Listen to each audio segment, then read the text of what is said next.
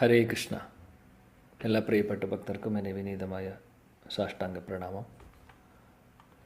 ശ്രീ ചൈതന്യ ചരിതാമൃതം ആദിലീലയിലെ 7ാമത്തെ അധ്യായമാണ് നമ്മൾ പഠിക്കുന്നത്.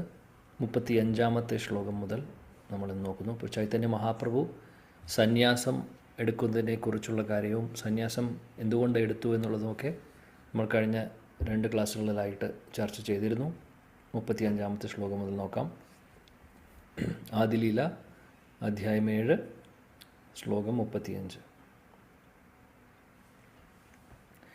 സന്യാസാകരിയാ പ്രഭു കൈല ആകർഷണ യത്തെ കാപാലാഞ്ചില താരികാദിഗണ.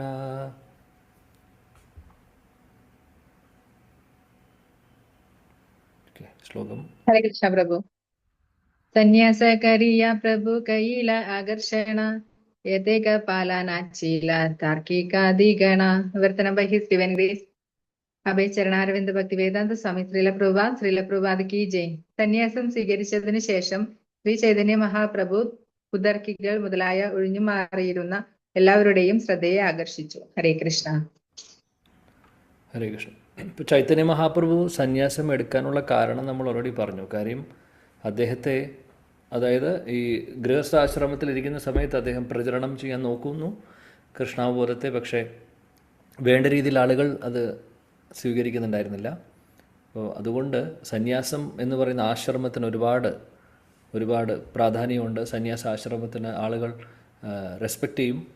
അതൊരു വലിയൊരു കാര്യമാണ്. അതുകൊണ്ട് ഈ ഒരു ആശ്രമത്തിലാണെങ്കിൽ, സന്യാസാശ്രമത്തിലാണെങ്കിൽ മഹാപ്രഭുവിൻ്റെ അദ്ദേഹത്തിൻ്റെ അവതാര ഉദ്ദേശങ്ങളിൽ ഒന്നായിട്ടുള്ള കൃഷ്ണാവബോധത്തെ എല്ലാവരിലേക്കും എത്തിക്കുക എന്നുള്ള ആ ഒരു അവതാര ഉദ്ദേശം അദ്ദേഹത്തിന് നടപ്പിലാക്കാൻ സാധിക്കും. ഇല്ലെങ്കിൽ ആളുകൾ അത് ആക്സെപ്റ്റ് ചെയ്യുകയില്ല പൂർണ്ണമായിട്ടും. മാത്രമല്ല മഹാപ്രഭുവിനെതിരെ കാര്യം ചൈതന്യ മഹാപ്രഭുവിനെ വേണ്ട രീതിയിൽ അവർ അംഗീകരിക്കാത്തത് കൊണ്ട് അവർ അപരാധം കൂടെ ചെയ്യും. കാര്യം മഹാപ്രഭുവിനെ ക്രിട്ടിസൈസ് ചെയ്യും.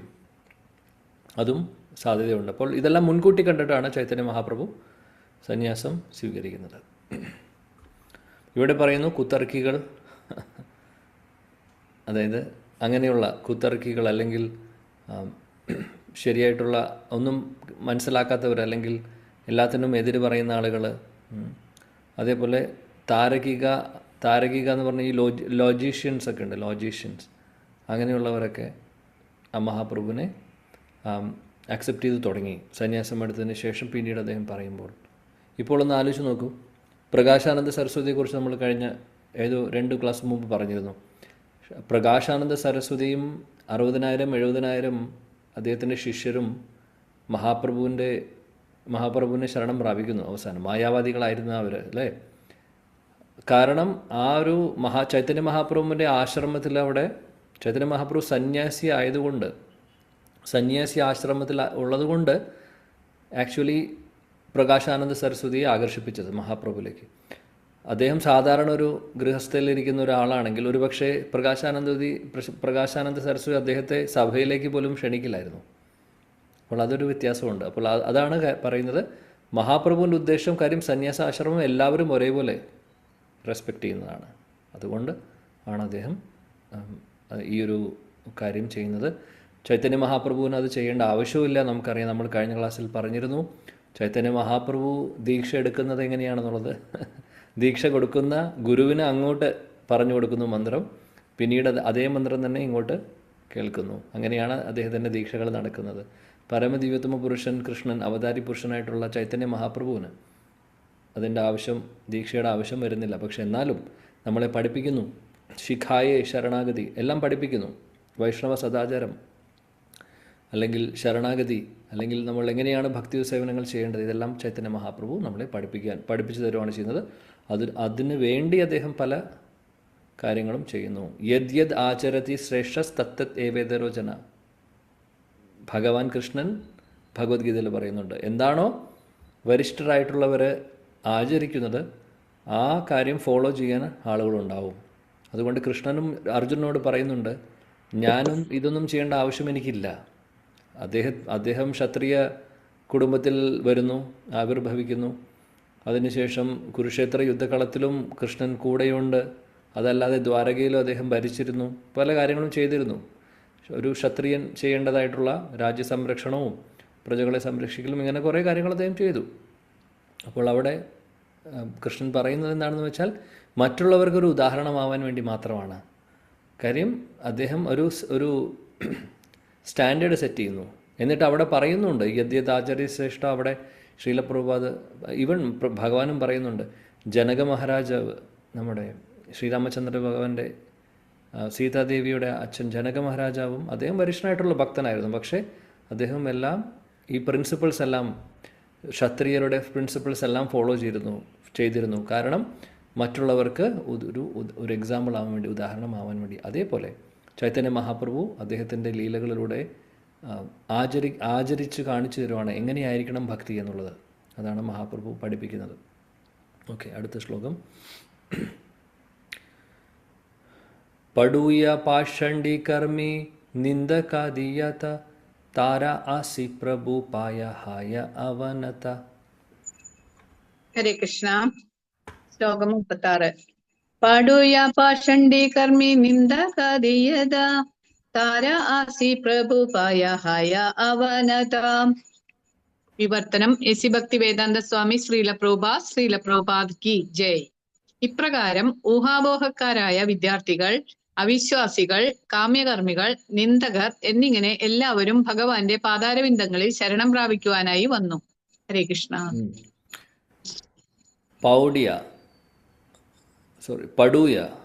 പടൂയ എന്ന് പറഞ്ഞാൽ സ്റ്റുഡൻസ്, വിദ്യാർത്ഥികൾ. പാഷണ്ഡി നമ്മൾ നേരത്തെ പറഞ്ഞിട്ടുണ്ട്, ഭൗതികവാദികൾ അല്ലെങ്കിൽ ഭൗതികവാദികൾ. പിന്നെ കർമ്മികൾ, അതേപോലെ നിന്ദക, ക്രിട്ടിസൈസ് ചെയ്യുന്ന ആളുകൾ, അങ്ങനെ എല്ലാ ടൈപ്പുള്ള ആളുകളും മഹാപ്രഭുവിൻ്റെ പാദങ്ങളിലേക്ക് വരുന്നു. അവരെല്ലാവരും അവനത, ശരണം പ്രാപിക്കുന്നു.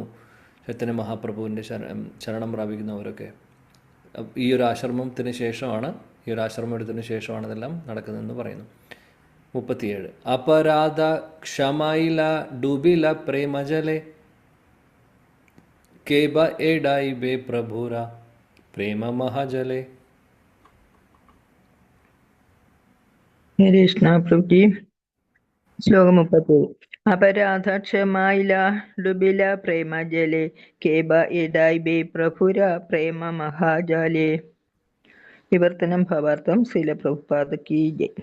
മഹാപ്രഭു അവരുടെ അപരാധങ്ങളെല്ലാം ക്ഷമിച്ച് അവരെ ഭഗവത് പ്രേമത്തിൽ നിമഗ്നരാക്കി. എന്തുകൊണ്ടെന്നാൽ ആർക്കും തന്നെ അവിടുത്തെ അതുല്യമായ പ്രേമവലയത്തിൽ നിന്നും രക്ഷപ്പെടുവാനാകില്ല. ഭാവാർത്ഥം. ശ്രീ ചൈതന്യ മഹാപ്രഭു ആദർശവാനായ ഒരു ആധ്യാത്മിക ആചാര്യനായിരുന്നു. വേദശാസ്ത്രങ്ങളുടെ ഉദ്ദേശ്യം മനസ്സിലാക്കി അതനുസരിച്ച് പ്രവർത്തിക്കുകയും ഈ തത്വങ്ങൾ മറ്റുള്ളവരെ പഠിപ്പിക്കുകയും ചെയ്യുന്നവനാണ് ഒരു ആദർശ ആധ്യാത്മികാചാര്യൻ. ഒരു ആദർശാചാര്യൻ എന്ന നിലയിൽ എല്ലാവിധ നാസ്തികരെയും ഭൗതികവാദികളെയും പിടികൂടുവാനുള്ള മാർഗങ്ങൾ മഹാപ്രഭു ആസൂത്രണം ചെയ്തു.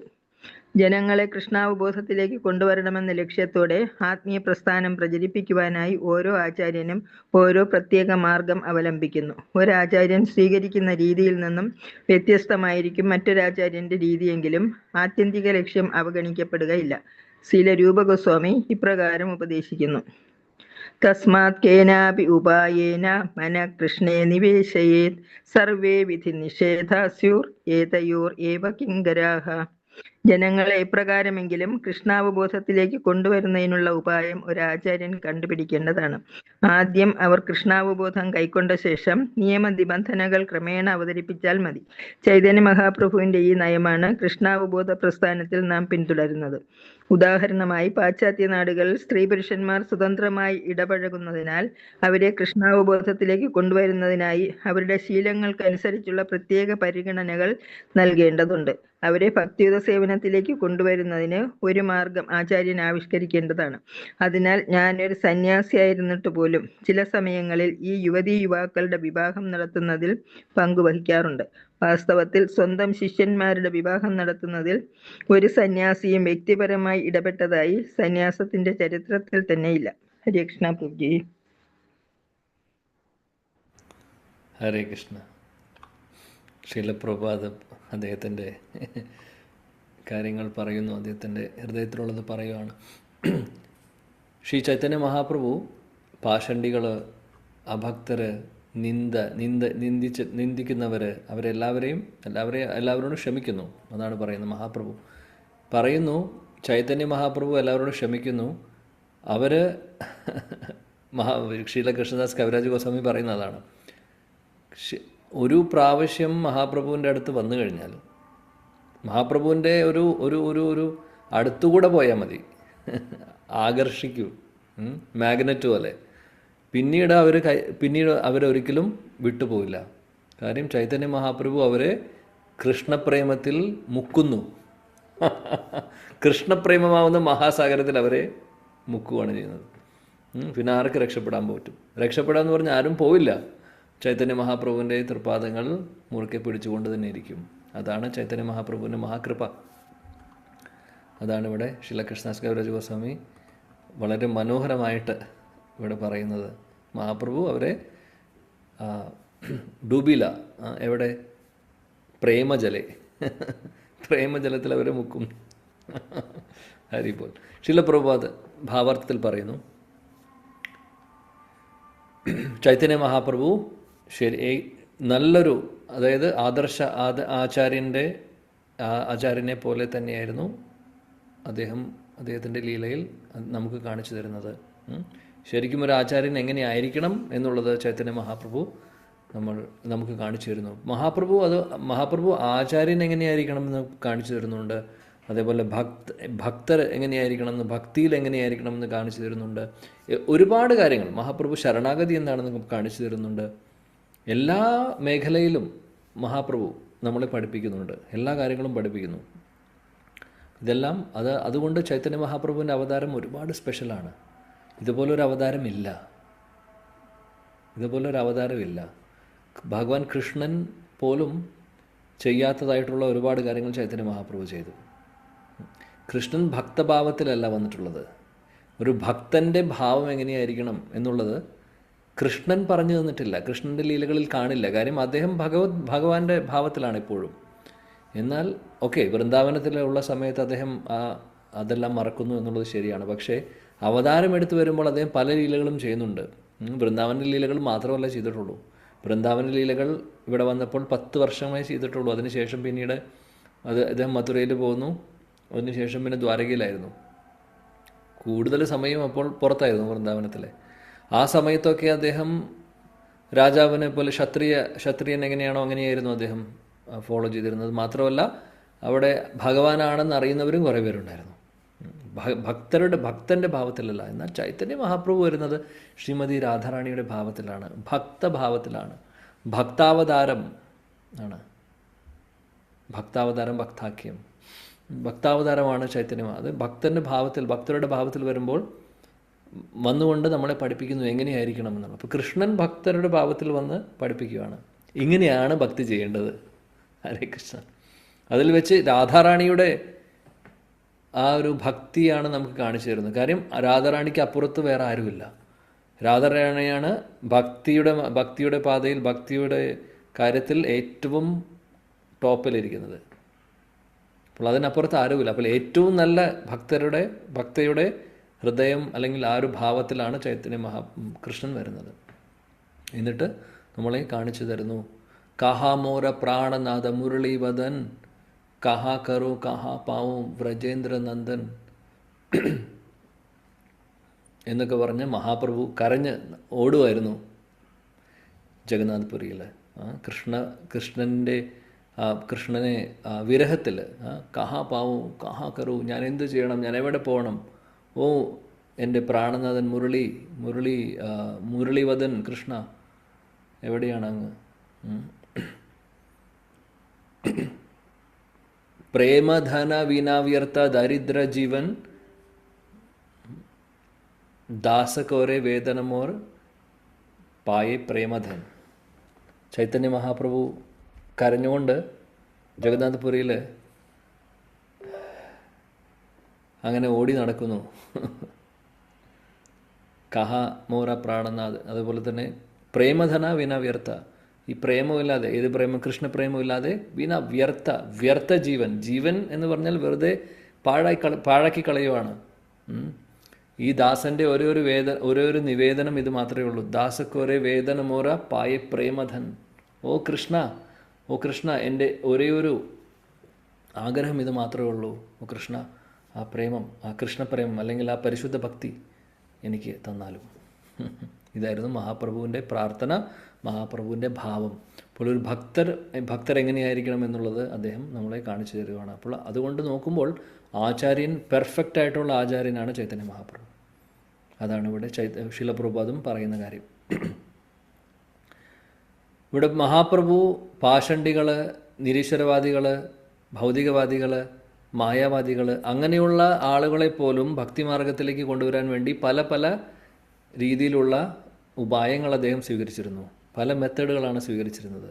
അതാണ് പ്രഭുപാദ് പറയുന്നത്. അതേപോലെ ആയിരിക്കണം ആചാര്യൻ. കാര്യം ആചാര്യൻ എന്ന് പറഞ്ഞു കഴിഞ്ഞാൽ ഈ കൃഷ്ണാവബോധത്തെ പ്രചരിപ്പിക്കുന്നതിന് വേണ്ടി, മറ്റുള്ളവരിലേക്ക് എത്തിക്കാൻ വേണ്ടി പല പ്ലാനുകളും എടുക്കേണ്ടി വരും, അല്ലെങ്കിൽ പല രീതിയിലും ഇതിനെ പ്രസൻറ്റ് ചെയ്യേണ്ടി വരും. എല്ലാം ഒരു സ്റ്റാൻഡേർഡ് ആയിട്ടുള്ള രീതിയിലായിരിക്കില്ല.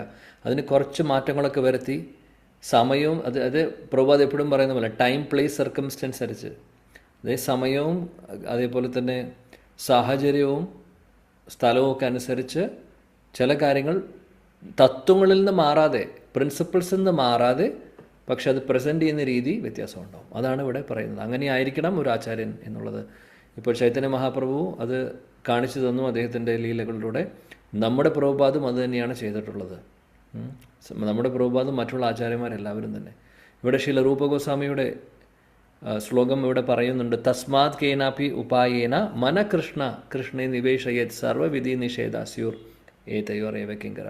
ഒരു ആചാര്യൻ എപ്പോഴും എല്ലാവരെയും കൃഷ്ണാവബോധത്തിലേക്ക് എങ്ങനെയെങ്കിലും കൊണ്ടുവരാൻ നോക്കണം എന്നാണ് പറയുന്നത്. ചിലപ്പോൾ അവർക്ക് അട്രാക്റ്റഡ് ആയിട്ടുള്ള എന്താണോ അങ്ങനെ നമ്മളെ അവരെ അട്രാക്റ്റ് ചെയ്യിപ്പിക്കുന്നു. ഫോർ എക്സാമ്പിൾ, പ്രഭുപാദ് ആദ്യം തുടക്കത്തിൽ പാശ്ചാത്യ രാജ്യത്തിൽ പോയ സമയത്ത്, അമേരിക്കയിൽ പോയ സമയത്ത് അദ്ദേഹം ചെയ്ത കാര്യങ്ങളെന്ന് പറഞ്ഞു കഴിഞ്ഞാൽ അവിടെയുള്ളവരെ അട്രാക്റ്റ് ചെയ്യാൻ വേണ്ടി ഒക്കെ, അതായത് അദ്ദേഹം പല മെത്തേഡുകൾ ഉപയോഗിച്ചിരുന്നു. അതിൽ ഒരു കാര്യമായിരുന്നു ഗുലാബ് ജാമുൻ, ഇസ്കോൺ ബുള്ളറ്റ്. അദ്ദേഹം ഒരുപാട് ഗുലാബ് ജാമുൻ സ്വീറ്റ് ഉണ്ടാക്കി അവിടെ ഒരു പാത്രത്തിൽ വെക്കും, ആര് വന്നാലും എടുത്തു കൊടുക്കും. അത് കഴിക്കാൻ വേണ്ടി മാത്രം ചില ആളുകൾ വന്നു തുടങ്ങി തുടക്കത്തിൽ. അങ്ങനെ വന്നിട്ടുണ്ട്. അപ്പോൾ ഇന്നും നമ്മുടെ പ്രസ്ഥാനത്തിൽ ഇപ്പോഴും പല ആളുകൾ പ്രസാദം ഡിസ്ട്രിബ്യൂഷനിലും കൂടെ ഒരുപാട് ഭക്തർ ഈ ഒരു മാർഗത്തിലേക്ക് വരുന്നുണ്ട്. ഒരു ഇൻട്രൊഡക്ഷൻ അവരെ ഇൻട്രൊഡ്യൂസ് ചെയ്യുന്നുണ്ട്.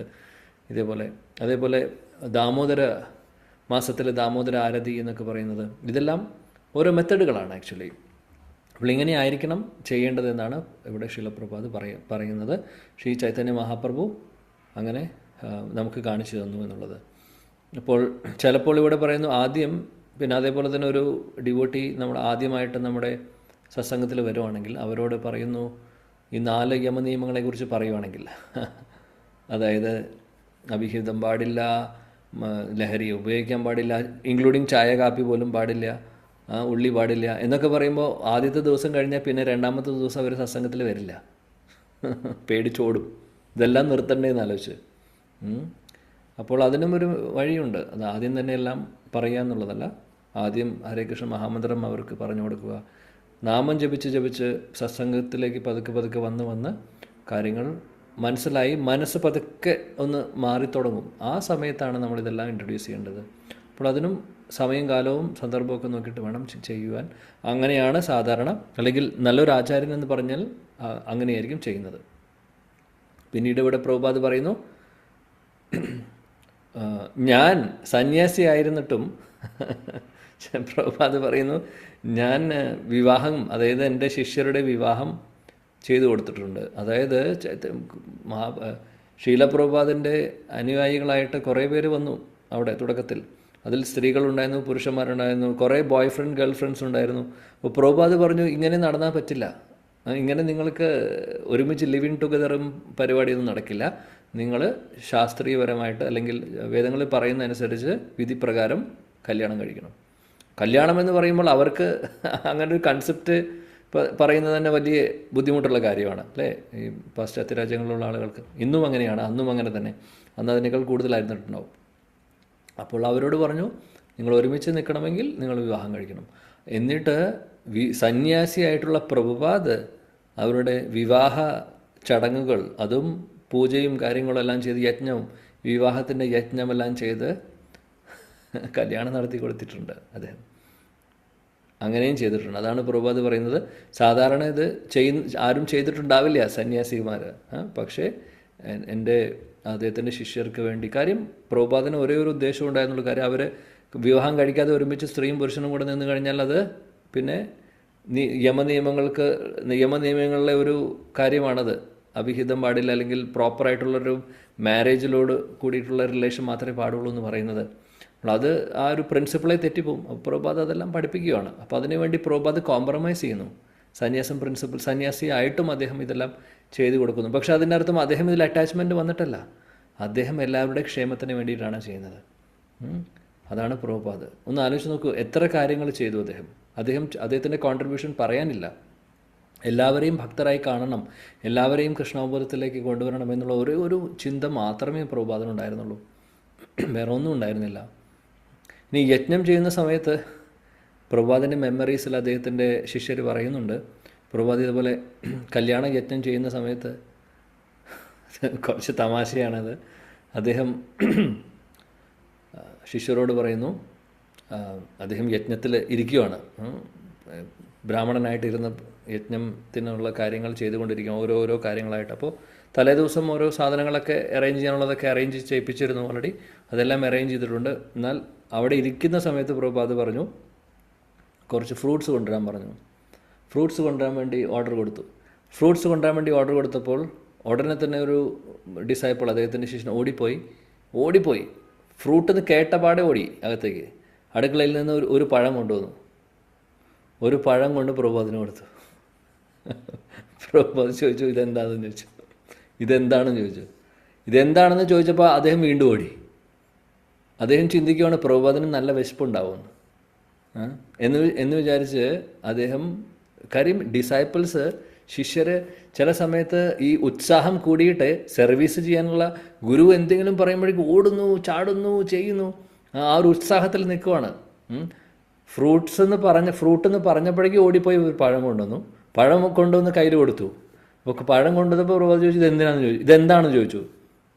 കാര്യം യജ്ഞത്തിന് വേണ്ടിയിട്ട് കുറച്ച് പഴങ്ങൾ ആവശ്യമുണ്ട്. ആക്ച്വലി യജ്ഞത്തിൽ അതൊരു രീതിയാണ്, ഒരു വിധിയാണ്. പഴങ്ങൾ, ഫ്രൂട്ട്സ് എല്ലാം യജ്ഞത്തിൽ ഹോമിക്കുന്നത് ആക്ച്വലി. അപ്പോൾ അതിന് വേണ്ടിയിട്ടാണ് പ്രഭുപാദ് ചോദിക്കുന്നത്. പക്ഷേ ഇവർക്കറിയില്ല. അതാണ് അന്നത്തെ കാലത്തെ പ്രഭുപാദ് അതാണ് പറഞ്ഞ് A to Z അവരെ പഠിപ്പിച്ചു കൊടുക്കണം.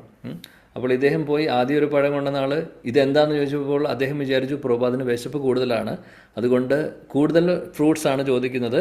അപ്പോൾ എന്നാൽ ശരി, ഞാൻ കൂടുതൽ ഫ്രൂട്ട്സ് കൊണ്ടുവരാമെന്ന് പറഞ്ഞിട്ട് അദ്ദേഹം അകത്തേക്ക് പോയി അദ്ദേഹം അടുക്കളയിൽ കുറേ ഫ്രൂട്ട്സ് എടുത്തു. എല്ലാം പിന്നെ ചിന്തിച്ചു, എല്ലാം കഴുകി കൊണ്ടുവന്ന നേരത്തെ അദ്ദേഹം ചിന്തിച്ചു, ഇങ്ങനെ കൊണ്ടുകഴിഞ്ഞാൽ പ്രഭുപാദിന് കഴിക്കാൻ ബുദ്ധിമുട്ടാവും, അതുകൊണ്ട് ഞാൻ എന്ത് ചെയ്യാം, ഇതെല്ലാം കട്ട് ചെയ്യാം. എന്നിട്ട് എല്ലാ ഫ്രൂട്ട്സും കട്ട് ചെയ്ത് നല്ല ഭംഗിയാക്കി നല്ലൊരു പ്ലേറ്റിൽ അലങ്കരിച്ച് കൊണ്ടുവന്നു.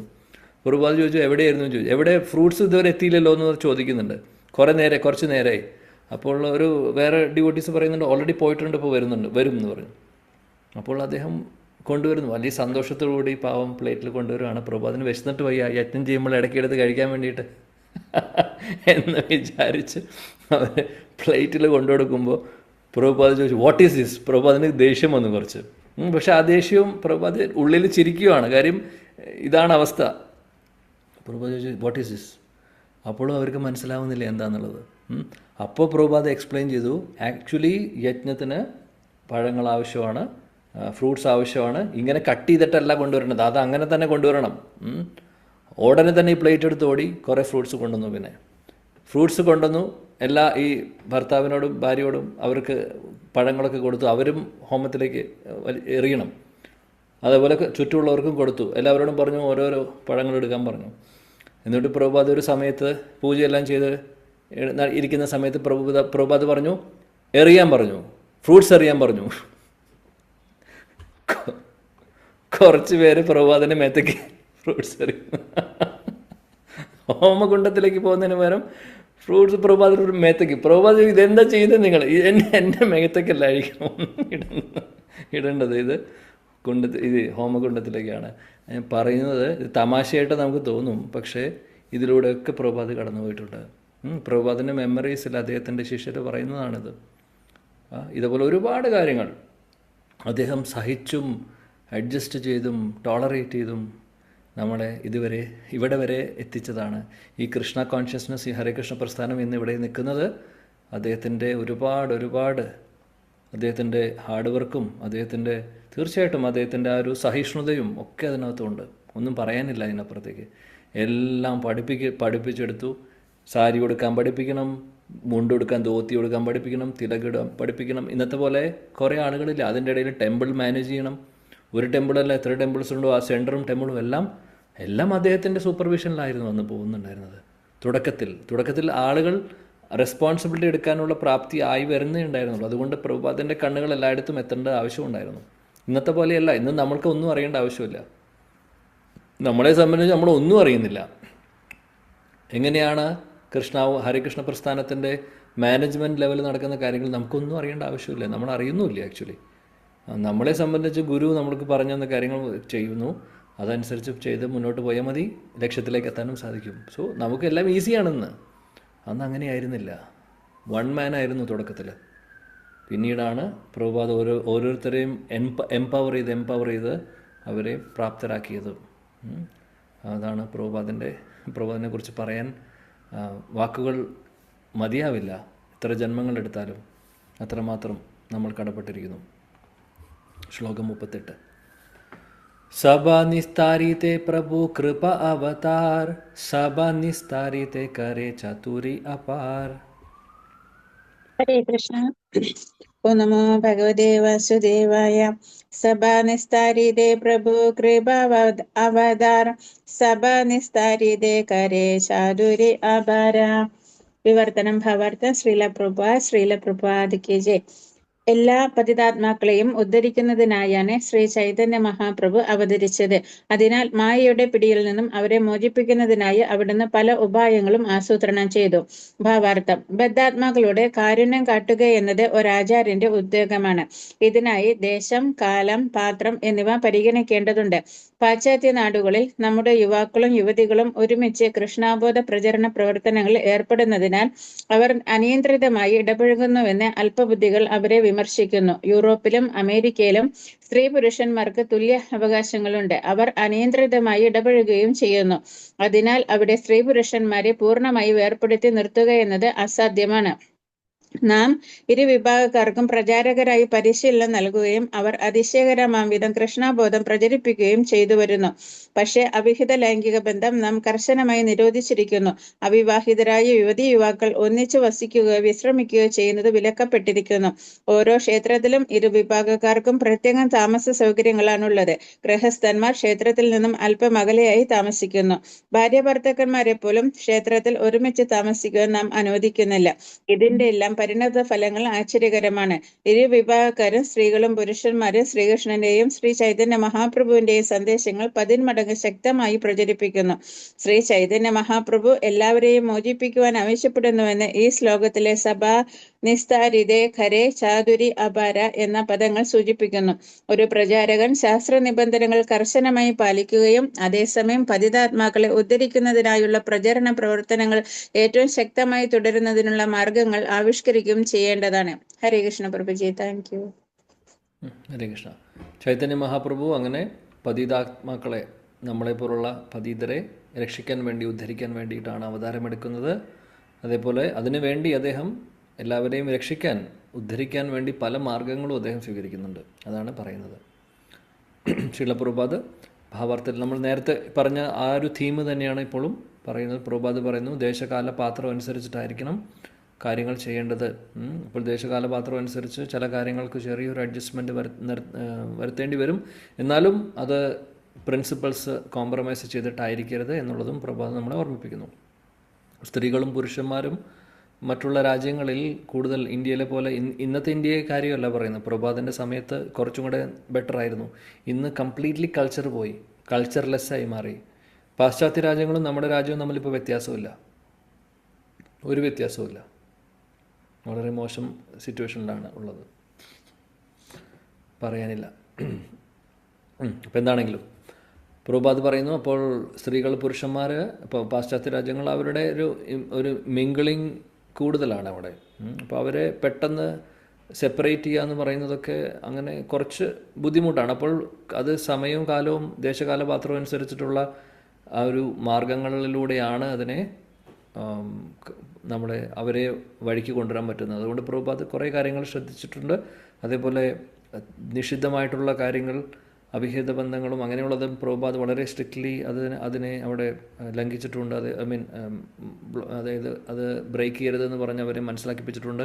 അതേപോലെ അതിന് വേണ്ടിയിട്ടുള്ള എല്ലാ വിധ സൗകര്യങ്ങളും അദ്ദേഹം അന്നും ചെയ്തു കൊടുത്തിട്ടുണ്ട്. സ്ത്രീകൾ പുരുഷങ്ങളും ഉണ്ടെങ്കിൽ ഒരുമിച്ച് താമസിക്കാനുള്ള വഴി കൊടുക്കില്ല. വിവാഹം കഴിഞ്ഞിട്ടില്ലെങ്കിൽ വിവാഹിതരാവുകയാണെങ്കിൽ പ്രഭുപാദ് വിവാഹത്തിന് അവർ സമ്മതം കൊടുത്തിരുന്നു, വിവാഹം ചെയ്തു അല്ലേ, നമ്മൾ നേരത്തെ പറഞ്ഞു. എന്നാൽ അല്ലാത്ത പക്ഷം സ്ത്രീകൾക്ക് വേറെ ആശ്രമം, പുരുഷന്മാർക്ക് വേറെ ആശ്രമം, അങ്ങനെയൊക്കെയായിരുന്നു കാര്യങ്ങൾ ഫോളോ ചെയ്തുകൊണ്ട് ഇരുന്നത്. പ്രഭുപാദ് വളരെയധികം ശ്രദ്ധിച്ചിട്ടുണ്ട്. ഇപ്പോൾ ഒന്ന് ആലോചിക്കണം, നമ്മൾ നേരത്തെയും പറഞ്ഞിട്ടുണ്ട്, പ്രഭുപാദിൻ്റെ ക്ലാസ്സിലാണെന്ന് തോന്നുന്നു, പ്രഭുപാദിൻ്റെ ഗ്ലോറീസ് നമ്മൾ പറഞ്ഞപ്പോൾ കഴിഞ്ഞ ആഴ്ചയിൽ. പ്രഭുപാദ് 4 നിയമങ്ങൾക്ക് ഒരു കോംപ്രമൈസും ചെയ്തിട്ടില്ല. വേണമെങ്കിൽ അദ്ദേഹത്തിന് കൂടുതൽ ഡിസൈപ്പിൾസിനെ കിട്ടിയേനെ വളരെ പെട്ടെന്ന് തന്നെ. ഇതിലേതെങ്കിലും നിയമങ്ങളെ ഒന്ന് റിലാക്സ് ചെയ്ത് കൊടുത്തെങ്കിൽ, 4 നിയമങ്ങളിലെ ഏതെങ്കിലും ഒന്ന് റിലാക്സ് ചെയ്താൽ ഒരുപാട് ഭക്തരെ, ഒരുപാട് ആളുകളെ കിട്ടിയേനെ അദ്ദേഹത്തിന്. പക്ഷേ ഡിസൈപ്പിൾസിനെ ഉണ്ടാക്കുക, ഡിസൈപ്പിൾസിൻ്റെ എണ്ണം കൂട്ടുക എന്നുള്ളതായിരുന്നില്ല പ്രഭുപാദിൻ്റെ ഉദ്ദേശം. പ്രിൻസിപ്പിൾസ് ഒന്നും അദ്ദേഹം കോംപ്രമൈസ് ചെയ്തിട്ടില്ല. വളരെ സ്ട്രിക്റ്റ്ലി തന്നെ പ്രഭുപാദ് അതിനെയെല്ലാം ഇംപ്ലിമെൻ്റ് ചെയ്തിട്ടുണ്ട്. അതാണ് ഇന്നും നമ്മുടെ പ്രസ്ഥാനത്തിൽ ഇതെല്ലാം ഭംഗിയായിട്ട് ഭഗവാന്റെ കൃപ കൊണ്ട്, പ്രഭുപാദിൻ്റെയും ആചാര്യന്മാരുടെ കൃപ കൊണ്ട് മുന്നോട്ട് പോകുന്നത്. പിന്നീട് ശില പ്രഭുപാദ് പറയുന്നു, ഒരു പ്രചരണം ചെയ്യുന്ന ഒരു വ്യക്തിയുടെ ഒരു രീതി എങ്ങനെയായിരിക്കണം. അതായത് റൂൾസും റെഗുലേഷൻസും വളരെ സ്ട്രിക്റ്റായിട്ട് തന്നെ ശാസ്ത്രത്തിൽ പറയുന്നത് പോലെ തന്നെ ഫോളോ ചെയ്യണം. എന്നാൽ അതേ സമയത്ത് ഇത് പ്രചരണം ചെയ്യുന്ന സമയത്ത് അത് എങ്ങനെ ഇതിനെ പ്രസൻറ്റ് ചെയ്യണം എന്നുള്ളത് അത് ഓരോരുത്തരും അവരവരുടെ രീതി, ദേശകാലപാത്രം അനുസരിച്ചിട്ട് അതിനെ വേണ്ട രീതിയിൽ പ്രസൻറ്റ് ചെയ്ത് ആളുകളെ കൂടുതൽ ഇതിൽ കാര്യം അത് വളരെ സ്ട്രെയിറ്റ് ആയിട്ട് ചിലപ്പോൾ പ്രസൻറ്റ് ചെയ്ത് കഴിഞ്ഞാൽ, അവതരിപ്പിച്ചു കഴിഞ്ഞാൽ ചിലപ്പോൾ അത് എല്ലാവർക്കും ദഹിക്കില്ല. അപ്പോൾ ദേശകാലപാത്രം അനുസരിച്ച് അതിനെ വേണ്ട രീതിയിൽ അതിനെ അവതരിപ്പിച്ചുകൊണ്ട് ആളുകളിലേക്ക് കൂടുതൽ കൃഷ്ണബോധം എത്തിപ്പിക്കുവാനും അതേപോലെ തന്നെ എല്ലാ ആളുകളെയും ഈ ഒരു ഭൗതിക ലോകത്തിലെ മായയുടെ പിടിയിൽ നിന്ന് രക്ഷിക്കാനുള്ള മാർഗം സ്വീകരിക്കണം. ഇത് ഒരു പ്രചരണം ചെയ്യുന്ന ഒരു വ്യക്തിയുടെ അല്ലെങ്കിൽ കൃഷ്ണാബോധത്തിലുള്ള നമ്മളെപ്പോലുള്ള എല്ലാവർക്കും, ഈ പ്രസ്ഥാനത്തിലുള്ള എല്ലാവരും ചെയ്യേണ്ട കാര്യമാണ് എന്ന് പറയുന്നു, അല്ലെങ്കിൽ ശ്രദ്ധിക്കേണ്ട കാര്യങ്ങളാണെന്ന് പറയുന്നു. 39 തബെ നിജ ഭക്ത കൈലായ തംലേച്ച ആദി സബെ എഡായില മാത്ര കാശിര മായവാദി. ഹരേ കൃഷ്ണ. ശ്ലോകം 39. തബെ നിജ ഭക്ത കൈല യഥാ മ്ലേച്ഛാദി സബെ എഡായില മാത്ര കാശിര മായവാദി. വിവർത്തനം ഭാവാർത്ഥം. എസി ഭക്തിവേദാന്ത സ്വാമി ശ്രീല പ്രഭുപാദ് കി ജയ്. മ്ലേച്ഛന്മാരും യവനന്മാരും ഉൾപ്പെടെ എല്ലാവരും മഹാപ്രഭുവിന്റെ ഭക്തന്മാരായി മാറി. എന്നാൽ ശങ്കരാചാര്യരുടെ പിന്തുടർച്ചക്കാരായ നിരാകാരവാദികൾ മാത്രം അദ്ദേഹത്തിൽ നിന്നും അകന്നു നിന്നു. ഭാവാർത്ഥം. ശ്രീ ചൈതന്യ മഹാപ്രഭു മുസ്ലിങ്ങളെയും മറ്റ് മ്ലേച്ഛന്മാരെയും ഭക്തന്മാരാക്കി മാറ്റിയെങ്കിലും ശങ്കരാചാര്യ സമ്പ്രദായക്കാരായ നിരാകാരവാദികളെ ആയില്ലെന്ന് ഈ ശ്ലോകത്തിൽ നിന്നും വ്യക്തമാകുന്നു. എന്നാൽ അവിടുന്ന് സന്യാസം സ്വീകരിച്ചതിന് ശേഷം കാമ്യകർമ്മങ്ങളിൽ വ്യാപൃതരായവരെയും സാർവഭൗമ ഭട്ടാചാര്യരെ പോലുള്ള ഉദർക്കികളെയും പ്രകാശാനന്ദ സരസ്വതിയെ പോലുള്ള നിന്ദകരെയും ജഗായ് മാതാമാരെ പോലുള്ള പാഷണ്ഡികളെയും, അതായത് അഭക്തന്മാർ, മുകുന്ദനെയും തന്റെ കൂട്ടുകാരെ പോലുള്ള പതിതരായ വിദ്യാർത്ഥികളെയും ഭക്തന്മാരാക്കി മാറ്റുകയുണ്ടായി. മുസ്ലിങ്ങളടക്കം എല്ലാവരും ക്രമേണ ഭക്തന്മാരായി മാറി. എന്നാൽ അത്യന്തം അപരാധികളായ നിരാകാരവാദികളെ മാറ്റുക എന്നത് വളരെയധികം പ്രയാസമായിരുന്നു. അവർ സൂത്രത്തിൽ അവിടുന്നിൽ നിന്നും ഒഴിഞ്ഞു മാറുകയായിരുന്നു. കാശിമായവാദികളെ ശ്രീല ഭക്തി സിദ്ധാന്ത സരസ്വതി ഠാക്കൂർ ഇപ്രകാരം വിവരിക്കുന്നു. ഇന്ദ്രിയ സിദ്ധമായ പ്രാപഞ്ചിക ജ്ഞാനത്താൽ പരിഭ്രാന്തരായ മായാവാദികൾ തങ്ങളുടെ പ്രത്യക്ഷ നിരീക്ഷണത്തിലൂടെ ഈ പരിമിത ദർശ്യ പ്രപഞ്ചത്തെ പോലും സ്വന്തം അളവുകോൽ കൊണ്ട് തിട്ടപ്പെടുത്താമെന്ന് വ്യാമോഹിക്കുന്നു. പ്രത്യക്ഷ നിരീക്ഷണത്തിലൂടെ അറിയുവാൻ കഴിയുന്നതെന്തും മായയായി അവർ കരുതുന്നു. പരമാർത്ഥ സത്യം ഇന്ദ്രിയ ഗോചരാതീതമാണെങ്കിലും അതിൽ ആസ്വാദനമോ വൈവിധ്യതയോ ഇല്ലെന്ന് അവർ ഉറപ്പിച്ചു പറയുന്നു. കാശി മായാവാദികളെ സംബന്ധിച്ചിടത്തോളം ആധ്യാത്മിക ലോകം ശൂന്യമത്രേ. പരമാർത്ഥ സത്യം വ്യക്തിയാണെന്നും ആധ്യാത്മിക ലോകത്തിൽ വൈവിധ്യമാർന്ന പ്രവർത്തികളിൽ, അതായത് ലീലകളിൽ അദ്ദേഹം ഏർപ്പെടുന്നു എന്നുമുള്ള വസ്തുത ഇക്കൂട്ടർ അംഗീകരിക്കുന്നില്ല. അവർക്ക് തങ്ങളുടേതായ അടിസ്ഥാനരഹിതങ്ങളായ വാദങ്ങളുണ്ടെങ്കിലും പരമപുരുഷന്റെ വൈവിധ്യമാർന്ന പ്രവർത്തനങ്ങൾ അജ്ഞാതമത്രേ. ശങ്കരാചാര്യരുടെ പിന്തുടർച്ചക്കാരായ ഈ അവ്യക്തിഗതവാദികളെ കാശീരമായവാദികൾ, അതായത് കാശിയിൽ വസിക്കുന്ന നിരാകാരവാദികൾ എന്ന് വിളിക്കുന്നു. വാരണാസിക്കടുത്ത് സാരനാഥ മായാവാദികൾ എന്നറിയപ്പെടുന്ന മറ്റൊരു സംഘം മായാവാദികളുണ്ട്. വാരണാസി നഗരത്തിന് പുറത്തുള്ള സാരനാഥ് എന്ന സ്ഥലത്ത് ബുദ്ധമതക്കാരുടെ വലിയൊരു സ്തൂപമുണ്ട്. ഇവിടെ ബൗദ്ധ താത്വികരായ സാരനാഥ മായാവാദികൾ വസിച്ചു വരുന്നു. അവ്യക്തിഗത ബ്രഹ്മത്തെ പരമസത്യമായും ഭൗതികമായ വൈവിധ്യങ്ങളെ മിഥ്യയായും കരുതുന്ന വാരണാസിയിലെ മായാവാദികളിൽ നിന്നും ഭിന്നരാണ് സാരനാഥ മായാവാദികൾ. നിരപേക്ഷ സത്യം അഥവാ ബ്രഹ്മം മായയ്ക്ക് വിപരീതമാണെന്ന് പോലും സാരനാഥ മായാവാദികൾ വിശ്വസിക്കുന്നില്ല. അവരുടെ വീക്ഷണത്തിൽ ഭൗതികത മാത്രമാണ് നിരപേക്ഷ സത്യത്തിന്റെ ആവിഷ്കാരം.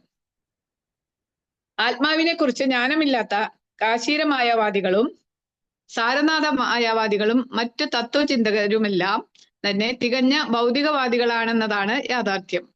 ഇവരെല്ലാം തന്നെ പരമാർത്ഥ സത്യത്തെക്കുറിച്ചും ആത്മീയ ലോകത്തെക്കുറിച്ചും അജ്ഞരാണ്.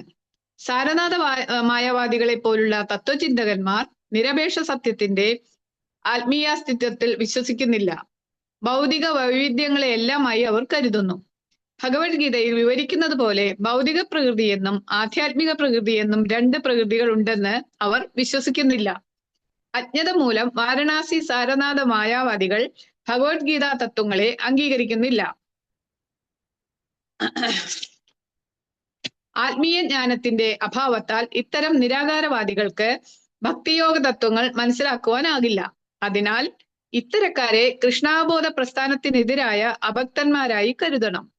ഇത്തരം മായാവാദികൾ സൃഷ്ടിക്കുന്ന തടസ്സങ്ങളാൽ നമുക്ക് ചിലപ്പോൾ അസൗകര്യങ്ങൾ അനുഭവപ്പെടാറുണ്ട്.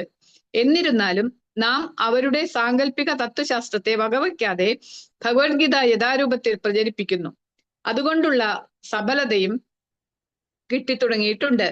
അവ്യക്തിഗതവാദികളായ ഈ രണ്ടു കൂട്ടം മായാവാദികളും ഭക്തിയുത സേവനം ആധ്യാത്മിക തലത്തിൽ ആയതിനാൽ അവരുടെ മാനസിക ജൽപ്പനങ്ങൾക്ക് അതീതമാണെന്ന് മനസ്സിലാക്കാതെ ഊഹാപോഹങ്ങൾ നടത്തുകയും ഭക്തിയെയും ഭഗവാനെയും ഭഗവത് ഭക്തന്മാരെയും മായയായി കരുതുകയും ചെയ്യുന്നു. അതിനാൽ മായാവാദി കൃഷ്ണേ അപരാധി, മായാവാദികൾ കൃഷ്ണനോട് അപരാധം ചെയ്യുന്നവർ എന്ന് ചൈതന്യ മഹാപ്രഭു പ്രസ്താവിക്കുന്നു. ശ്രീ ചൈതന്യ ചരിതാമൃതം മധ്യലീല 17:129. അവർക്ക് സങ്കീർത്തന പ്രസ്ഥാനത്തെ മനസ്സിലാക്കാനാകാത്തതിനാൽ അവരുടെ താത്വികവാദങ്ങൾക്ക് നാം വില കൽപ്പിക്കുന്നില്ല. കുതർക്കങ്ങളിൽ നിപുണരായ ഇത്തരക്കാരെ എല്ലാവിധത്തിലും പരാജയപ്പെടുത്തി കൃഷ്ണാബോധ പ്രസ്ഥാനവുമായി നാം മുന്നോട്ടു പോകുന്നു. പൂർണ്ണമായും ആധ്യാത്മികമായ കൃഷ്ണാബോധ പ്രസ്ഥാനത്തിന്റെ വളർച്ചയെ അവരുടെ സാങ്കല്പികമായ മാനസിക ഊഹാപോഹങ്ങൾക്ക് തടുക്കുവാൻ ആകില്ല. ഹരേ കൃഷ്ണ. ഹരേ കൃഷ്ണ. ഹരേ ശബരിജി. Thank you. ഇവിടെ പറയുന്നു, ചൈതന്യ മഹാപ്രഭു മ്ലേച്ഛരെ യവനരെയൊക്കെ അദ്ദേഹം ഭക്തരാക്കി മാറ്റുന്നു. എന്നാൽ കുറച്ച് നിരാകാരവാദികൾ ശ്രീപാദ് ശങ്കരാചാര്യരുടെ ഫോളോവേഴ്സ് ആയിട്ടുള്ള കുറച്ച് നിരാകാരവാദികൾക്ക്, മായാവാദികൾക്കും നിരാകാരവാദികൾക്കും അവരധികം ഈ ഒരു പ്രോസസ്സ് ഫോളോ ചെയ്തിട്ടില്ല എന്ന് പറയുന്നു. എന്നാലും നമുക്കറിയാം പ്രകാശാനന്ദ സരസ്വതി ഈ കൂട്ടത്തിലുള്ള ഒരു വ്യക്തിയായിരുന്നു. അദ്ദേഹം പക്ഷേ ശുദ്ധഭക്തനാവുന്നു. അദ്ദേഹത്തിൻ്റെ കൂടെയുള്ള ഒരുപാട് ഭക്തരും ഒരുപാട് ശിഷ്യരും ഭക്തരായി മാറുന്നു. അല്ലാതെ നോക്കുമ്പോൾ കാര്യം ശ്രീപാദ് ശങ്കരാചാര്യരുടെ ഈ മായാവാദം എന്ന് പറയുന്നത് ഇന്ത്യ മുഴുവനും ഉണ്ടായിരുന്നു. ഇന്ത്യയിൽ ഒരുപാട് സ്ഥലത്ത് അദ്ദേഹം മഠം സ്ഥാപിച്ചിട്ടുണ്ട് അന്ന്. അപ്പോൾ ഈ നിരാകാരവാദം വളരെ പോപ്പുലറായിരുന്നു. അപ്പോൾ അതുകൊണ്ട് കൂടുതൽ ആളുകളിലേക്ക് ഈ നിരാകാരവാദം ഒരുപാടുള്ളത് കൊണ്ട് ഇവിടെ പറയുന്നു മുഴുവനും ആളുകൾ, ഇങ്ങനെയുള്ള ആളുകൾ തുടക്കത്തിൽ സ്വീകരിച്ചിട്ടില്ലായിരുന്നു എന്നുള്ളത്. ഇന്ന് നോക്കിക്കഴിഞ്ഞാലും ഇപ്പോഴും ഉണ്ട് മായാവാദവും നിരാകാരവാദികളൊക്കെ ഒരുപാട്. പക്ഷേ എന്നാലും ഭഗവാന്റെ കൃപ കൊണ്ട് അവർ മാറുന്നുണ്ടോ എന്നറിയില്ല. പക്ഷേ സാധാരണ ആളുകൾ മായാവാദം സ്വീകരിക്കുന്നതിനേക്കാൾ കൂടുതൽ ഇപ്പോൾ ഭക്തിമാർഗം സ്വീകരിക്കുന്നതായിട്ടുള്ളൊരു ഒരു കാര്യം നമുക്ക് കാണാം. പ്രഭുപാദിൻ്റെ മുന്നുള്ള ആചാര്യന്മാരുടെയൊക്കെ മഹാകൃപ കൊണ്ട്, അവരുടെ ഒരു പ്രയത്നം കൊണ്ട് കൂടുതൽ ആളുകളിലേക്ക് കൃഷ്ണാവബോധം എത്തുന്നത് നമ്മൾ കാണുന്നുണ്ട്. അപ്പോൾ ഇവിടെ പറയുന്നു കാശിയിലുള്ള മായാവാദികളെക്കുറിച്ചാണ് ഇവിടെ ശ്രീല പ്രഭുപാദ് ഭാവാർത്ഥത്തിൽ വിശദീകരിക്കുന്നത്. അപ്പോൾ അങ്ങനെയുള്ളവർ, അവർക്ക് ഈ ഭൗതിക ലോകത്തെ, ആധ്യാത്മിക ലോകം എന്ന് പറയുന്ന ഒരു കൺസെപ്റ്റ് അവർക്കില്ല എന്നാണ് പ്രഭുപാദ് പറയുന്നത്. അതായത് ബ്രഹ്മജ്യോതിക്ക് അപ്പുറം അവർക്കൊന്നുമില്ല, എല്ലാം അവസാനിക്കുന്നത് ബ്രഹ്മജ്യോതിയിലാണെന്ന് പറയും. എന്നാൽ ബ്രഹ്മജ്യോതി ആധ്യാത്മിക ലോകത്തിൻ്റെ തുടക്കം മാത്രമാണ്. ബ്രഹ്മജ്യോതി എന്ന് പറഞ്ഞു കഴിഞ്ഞാൽ ഇങ്ങനെ ഒരു ജ്യോതിയാണ്, അല്ലെങ്കിൽ ഒരു വെളിച്ചം പോലെ എന്നുള്ളത് ഭഗവാന്റെ ശരീരത്തിൽ നിന്ന് വരുന്നതാണ്. പക്ഷേ അവിടെ വെറൈറ്റീസ് ഇല്ല. വെറൈറ്റീസ് ഇല്ല എന്ന് പറയുന്നത് അവിടെ ഒരു ഭഗവാനെ സേവിക്കുന്ന ഒരു കാര്യമോ ഒന്നും വരുന്നില്ല. കാര്യം രൂപം ഉണ്ട് ഭഗവാൻ എന്നുള്ളൊരു കൺസെപ്റ്റേ ഇല്ല അവർക്ക്, അല്ലേ? അതുകൊണ്ട് അവരുടെ അറിവും ജ്ഞാനവും കംപ്ലീറ്റ് അല്ല. അതാണ് അതീന്ദ്രിയവാദികളായിട്ട് ചിലപ്പോൾ നിരാകാര ബ്രഹ്മവാദികളെ പറയും. പക്ഷെ അതീന്ദ്രിയവാദികൾ എന്ന് പറയുമ്പോൾ അതിലും പല ഗ്രഡേഷനുണ്ട്. അതിലെ തുടക്കക്കാരാണ് ഇവർ. അതിനും മെച്ചപ്പെട്ടതാണ് പരമാത്മാവാദികൾ. അതിനേക്കാൾ മുകളിലാണ് ഭഗവാൻ എന്ന് മനസ്സിലാക്കുന്നവർ, ഭഗവാന്റെ രൂപത്തെ മനസ്സിലാക്കുന്നവർ, ഭഗവാന്റെ ധാമത്തെ മനസ്സിലാക്കുന്നവർ, ഭഗവാന്റെ മറ്റുള്ള ഭാവങ്ങളെ, ഐശ്വര്യങ്ങളെ മനസ്സിലാക്കുന്നവർ, ഭഗവാനും ഭക്തരും തമ്മിലുള്ള ഒരു ബന്ധം മനസ്സിലാക്കുന്നത്, ഭഗവാനെ സെർവ് ചെയ്യുന്നു, ഭക്തരെ ആശ്രയിക്കുന്നു, അതേപോലെ സേവനം ചെയ്യുന്നു എന്നുള്ള കൺസെപ്റ്റൊക്കെ ഏറ്റവും ഹൈയസ്റ്റാണ്. നമ്മളെന്തായാലും ഭഗവാന്റെ കൃപ കൊണ്ട് അവിടെയാണ് ഇപ്പോൾ നിൽക്കുന്നത്, മായാവാദത്തിലല്ല, അല്ലെങ്കിൽ നിരാകാരവാദത്തിലല്ല. മായാവാദവും നിരാകാരവാദവും തമ്മിൽ ചെറിയൊരു വ്യത്യാസമുണ്ട്.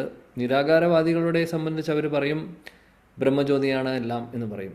മായാവാദികളുടെ പ്രശ്നം എന്താണെന്ന് വെച്ചാൽ അവിടെ ഭഗവാനും പരമാത്മാവും ജീവാത്മാവും ഒന്നാണെന്ന് പറയുന്നു. ഭഗവാനെയും ജീവതത്വവും ഭഗവത് തത്വത്തെയും ഒന്നായിട്ട് പറയും അവർ. അത് അംഗീകരിക്കാൻ പറ്റില്ല. അതുകൊണ്ടാണ് ചൈതന്യ മഹാപ്രഭു പറയുന്നത് മായാവാദി കൃഷ്ണ അപരാധി എന്ന്. കാര്യം അവർ പറയുന്നത് വലിയൊരു അപരാധമാണ്. കാര്യം ഭഗവാനെയും ജീവാത്മാവിനെയും ഒരേ തുല്യമാണ്, അല്ലെങ്കിൽ ഒന്നാണെന്ന് പറയുന്നത് എത്ര വലിയ അപരാധമാണ്. അതുകൊണ്ടാണ് പറയുന്നത്. രൂപമില്ല എന്ന് പറയുന്നത് അതും അപരാധമാണ്. പക്ഷെ അതിനേക്കാൾ പ്രശ്നമാണ് ഭഗവാൻ, അതായത്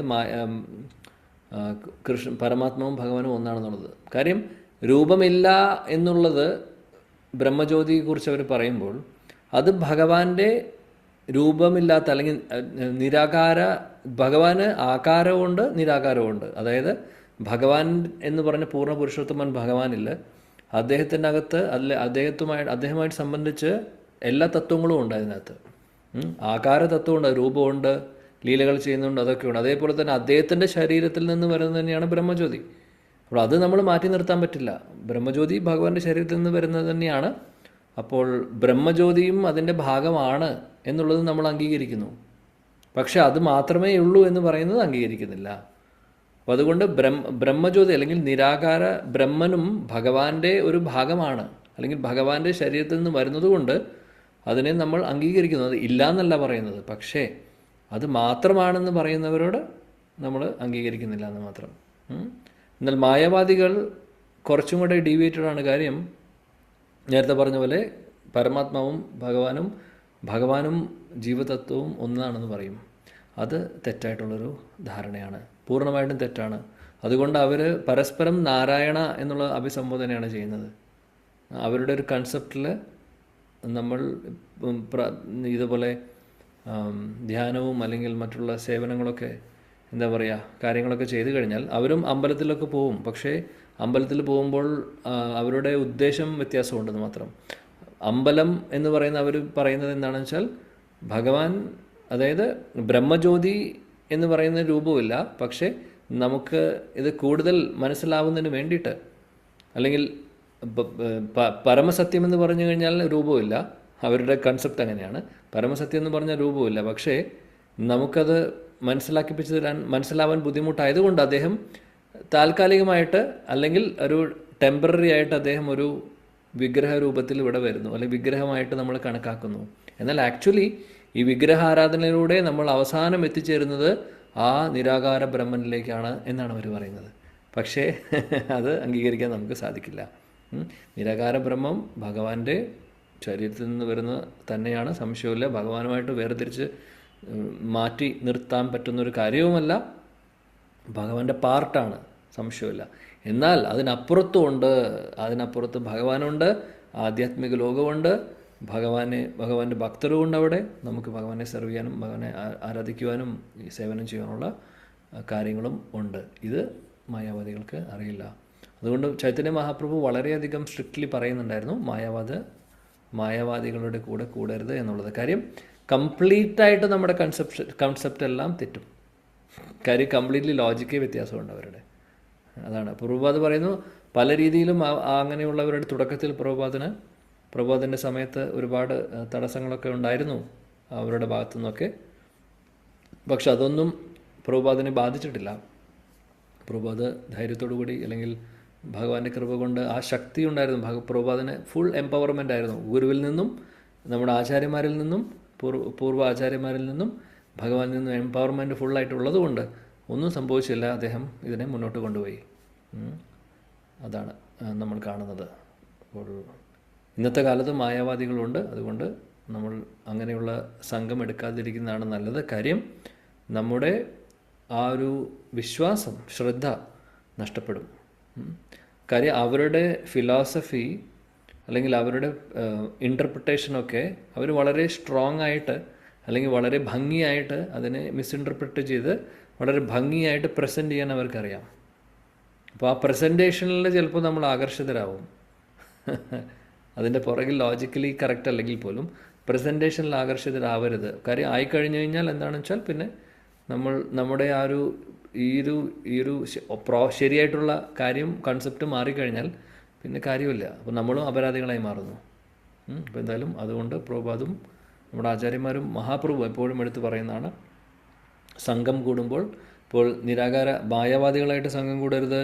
അതേപോലെ അഭക്തരെന്ന് ഉദ്ദേശിക്കുന്നത് വളരെ ക്രിട്ടിസൈസ് ചെയ്യുന്ന ആളുകൾ, അങ്ങനെയുള്ളവരും ആയിട്ടും കുറച്ച് ഡിസ്റ്റൻസ് കീപ്പ് ചെയ്യുന്നതാണ് നല്ലതെന്ന് എപ്പോഴും പറയാറുണ്ട് മഹാപ്രഭുവും അതേപോലെ തന്നെ നമ്മുടെ ആചാര്യന്മാരും. ഓക്കെ, സോ അത് പറഞ്ഞുകൊണ്ട് ഞാനിവിടെ അവസാനിപ്പിക്കുന്നു.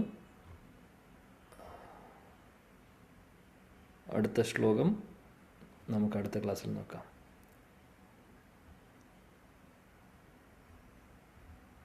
Okay, thank you. Shri Chaitanya Charitamrita की जाए, श्रील कृष्णदास कविराज गोस्वामी की जाए, जगत गुरु श्रीला प्रभुपाद की जाए, गौड़ीय गुरु वृंद की जाए, श्री चैतन्य महाप्रभु की जाए, सचिनंदन श्री गौर हरि की जाए, श्री नित्यानंद प्रभु की जाए, श्री पंचतत्व की जाए, श्री मायापुर धाम की जाए, श्री वृंदावन धाम की जाए. जय जय श्री राधे श्याम. हरे Krishna. Thank you very much. Hare Krishna. Hare Krishna Prabhuji.